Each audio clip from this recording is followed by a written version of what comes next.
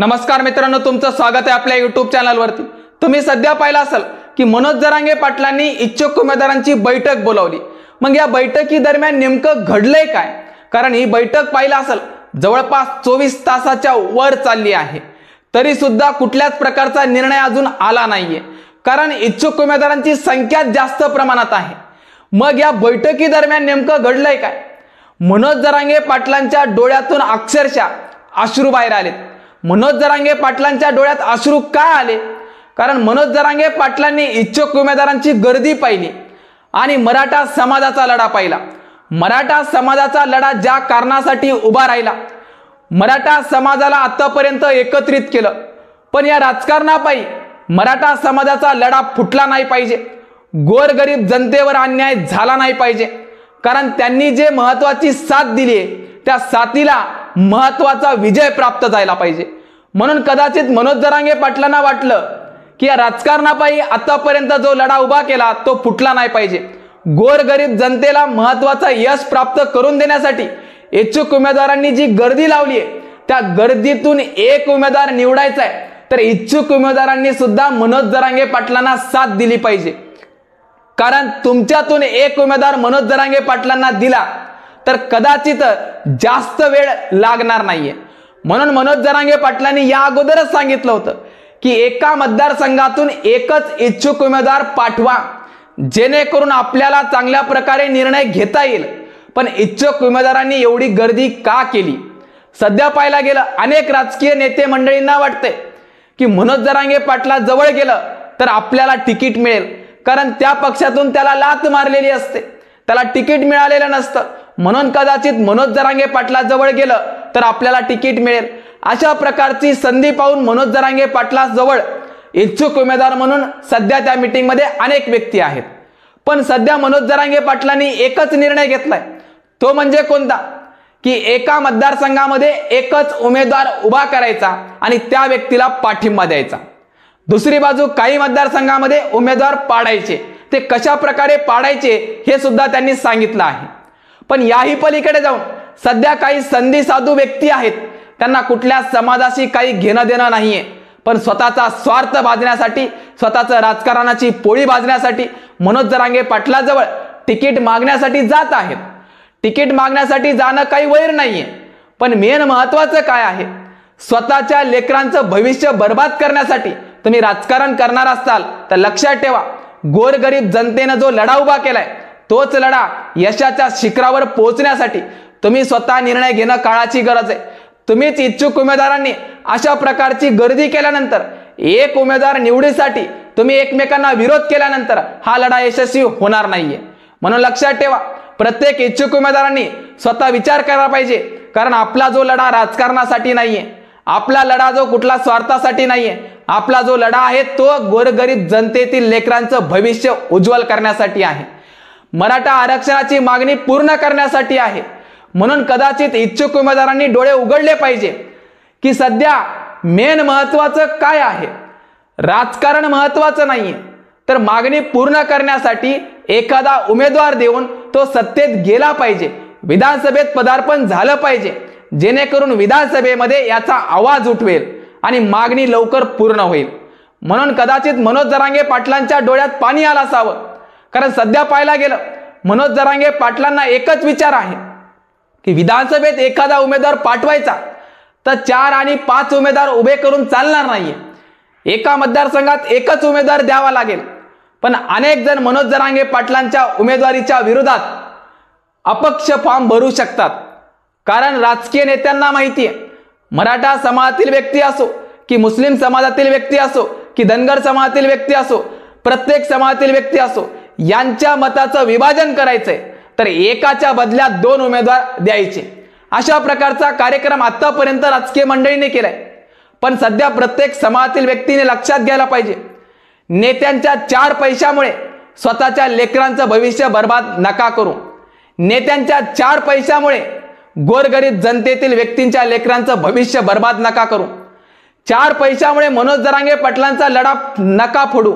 हे सध्या विचार करण्याची वेळ आहे, कारण तुम्ही जर योग्य विचार नाही केला तर भूतोन भविष्य मनोज जरांगे पाटलांनी जो लढा उभा केला तो उभा राहील का नाही याची शाश्वती नाहीये।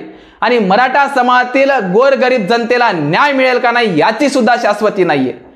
म्हणून सध्या एक विचार करा की जो लढा उभा केलाय, मनोज जरांगे पाटलांनी जो निर्णय घेतलाय, त्या निर्णयासाठी आपला पाठिंबा किती आहे, आपली साथ किती आहे. जर मनोज जरांगे पाटलांच्या डोळ्यात गोरगरीब जनतेसाठी पाणी येत असेल, त्यांच्या डोळ्यात अश्रू येत असतील, तर आपल्या डोक्यात थोडा विचार का येणार नाहीये. तुमच्या डोक्यात एक विचार आला की आपल्या इच्छुक उमेदवारातून एक उमेदवार मनोज जरांगे पाटलांना ठणकावून सांगितला, तर 100% वेळच वेळ मिळणार आहे. कारण तुमच्या इच्छुक उमेदवारामध्ये खूप वेळ जाणार आहे. म्हणून लक्षात ठेवा, तुमच्याकडे सुद्धा वेळ आहे.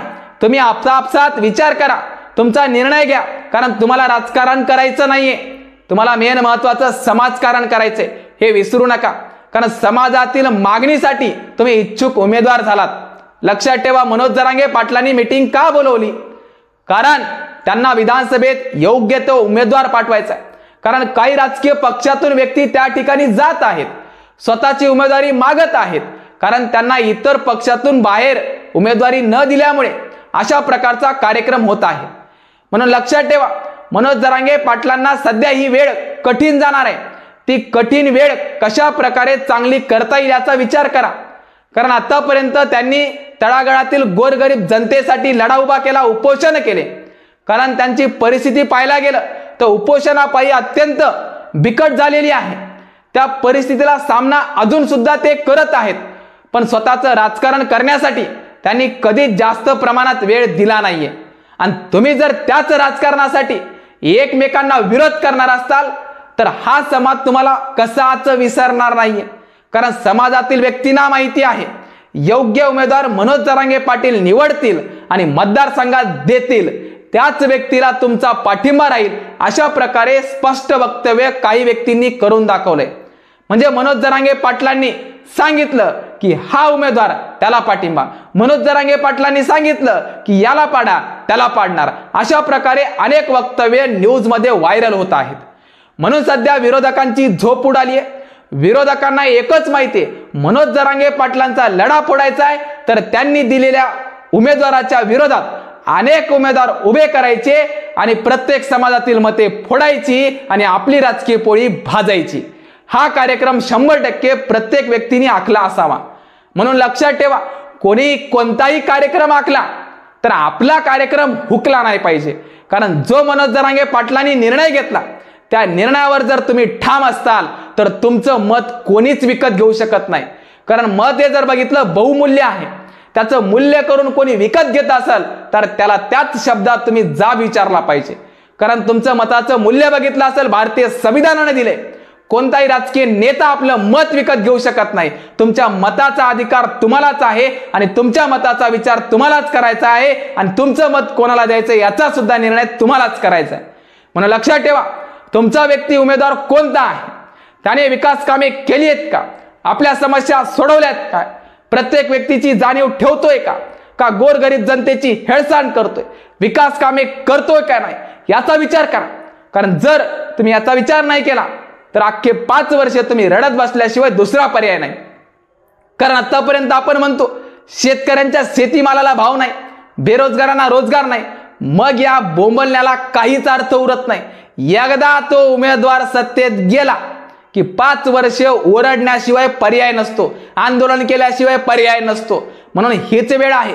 कोणत्या उमेदवारांनी आतापर्यंत आपल्या समस्या जाणून घेतल्यात, आपल्या मागण्या पूर्ण केल्यात, बेरोजगारांना रोजगार दिलाय, विकास कामे आणली आहेत, हे जर उमेदवार योग्य असेल तर आपलं मत त्यांना देण्यासाठी काहीच हरकत नाही. जर तुम्ही त्या मताचा विचार नाही केला तर 5 वर्ष ओरडण्याशिवाय दुसरा पर्याय नाही.